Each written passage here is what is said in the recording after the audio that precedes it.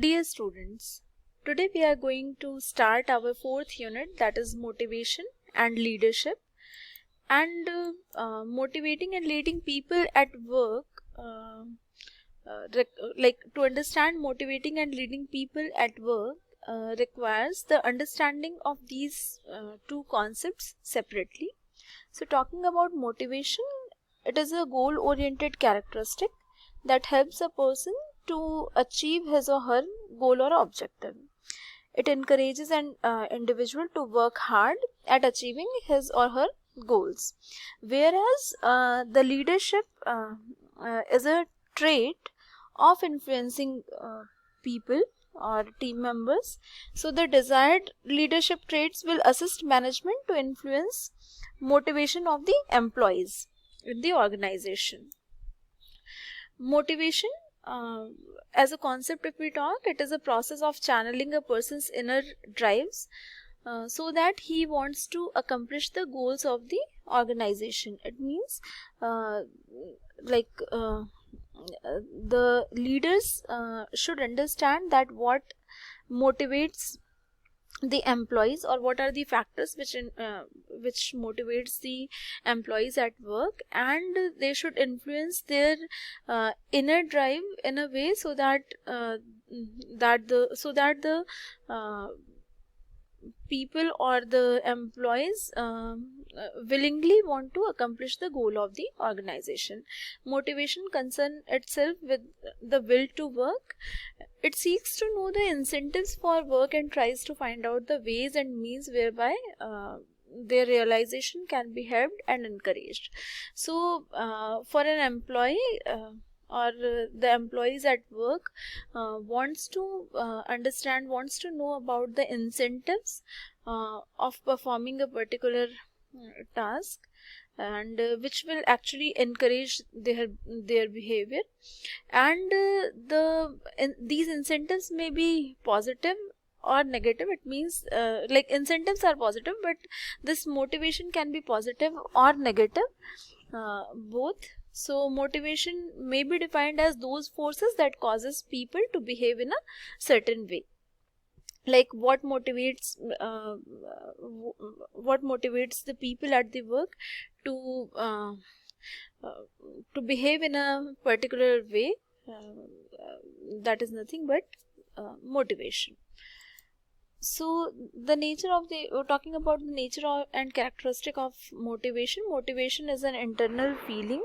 It means motivation is a psychological phenomena which generates in the mind of an individual the feeling that he lacks certain things and needs those things. So motivation is a force within an individual that drives him to behave in a certain way. Motivation is related to needs. So needs are nothing but the deficiencies which are created whenever there is a psychological or physiological imbalance. So in order to motivate a person, we have to understand his needs that call for the satisfaction. Then comes your motivation produces goal-directed behavior. Goals are anything which will alleviate a need and reduce a drive. So an individual's behavior is directed towards a goal. It means towards the achievement of a particular goal. Then motivation can either be positive or it can be negative. Positive or incentive motivation is generally based on reward, whereas negative or fear motivation is based on force and fear. Fear causes persons to act in a certain way because they are afraid of the consequences if they don't do that. Then comes the theory of motivation. There are many theories which has been given by many authors. So we will be discussing few important theories in coming chapters. So starting with the McGregor's theory today. So McGregor was a social psychologist. His full name was Douglas McGregor, and he was a social psychologist. And in 1960, he developed two contrasting theories that explained actually how managers believe about what motivates their people can affect their management style. So he labeled these theories as theory X and theory Y. So talking about the theory X here, actually the theory X managers tend to take a pessimistic view of their people and assume that they are naturally unmotivated and dislike work.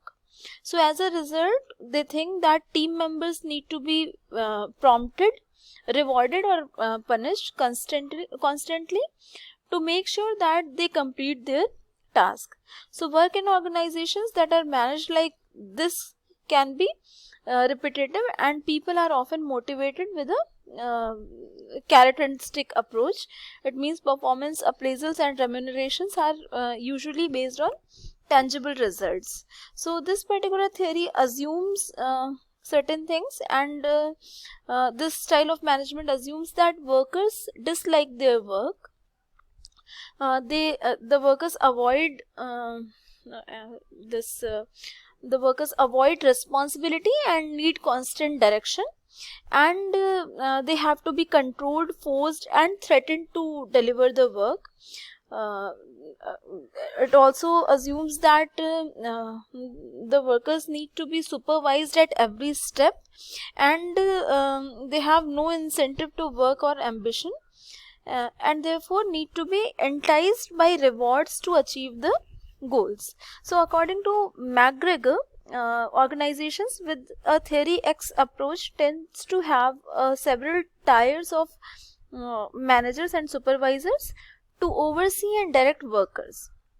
So authority is rarely delegated and control remains firmly centralized in this style, and managers are more authoritarian and actively intervene to get things done. Whereas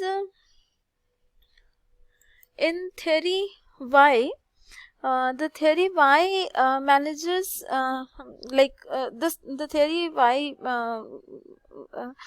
have an optimistic approach. The managers have an optimistic approach, and they have a positive opinion of their people, and they use a decentralized participative management style. Actually, this theory encourages more collaborative and trust-based relationship between managers and their team members. So like people have greater responsibility, like managers thinks that people have greater responsibility, and managers encourage them to develop their skills and suggest improvements. In this theory, appraisals are regular, but unlike in theory X organizations, they are used to encourage open communication rather than controlling the staff. So theory Y organizations also give employees frequent opportunities for promotion, and they also assumes certain things about their workers, and they feel like this style of management assumes that workers are happy to work on their own initiative. They are more involved in the decision making. They are self-motivated to complete their task. They also assume that the workers enjoy taking ownership of their work. They seek and accept responsibility and need very little direction. They view that they feel that the workers view work as fulfilling and challenging, and they solve problems creatively and imaginatively. So these are the certain assumptions of theory Y, and theory Y has become more popular among organizations nowadays. This reflects workers' increasing desire for more meaningful careers that provide them with more than just money. So it is also viewed by McGregor as superior to theory X, which he says reduces workers to cog in a machine and likely demotivates people in the long term.